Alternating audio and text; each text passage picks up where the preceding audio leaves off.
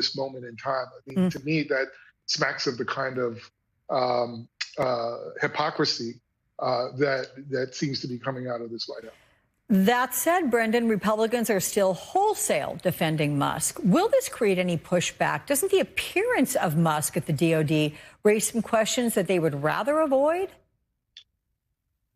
Well, there's obviously a halo around Elon Musk, and I don't think it is just to do with his crusade against waste, fraud, and abuse. Let's remember that Elon Musk has funded an enormous political operation that not only benefits Donald Trump, but hangs out there as a threat against any House member who dares cross Donald Trump.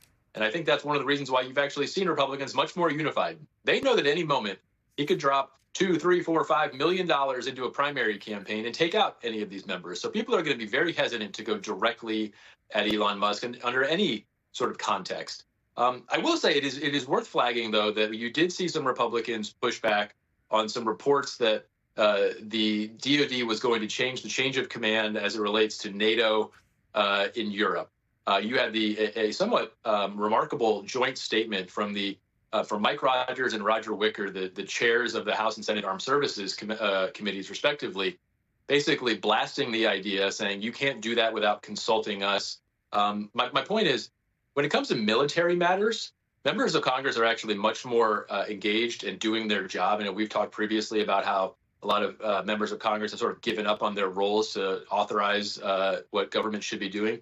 That's a little different on DOD. So the more that Elon Musk or anybody tries to mess with the directives that Congress has put out in authorizing bills about how the military should be operating, I do think you're going to see a lot more pushback. And if DOJ comes in, tries to wipe out a bunch of jobs at DOD, I don't think it will be the same as what we saw with the Education Department, for example.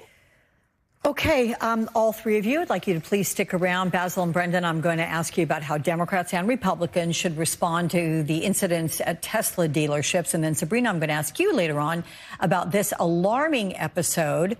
We're going to get to that with some pictures. Richard Engel pelted with rocks. This has connections to ISIS. We'll explain that. So we'll see you all in just a moment.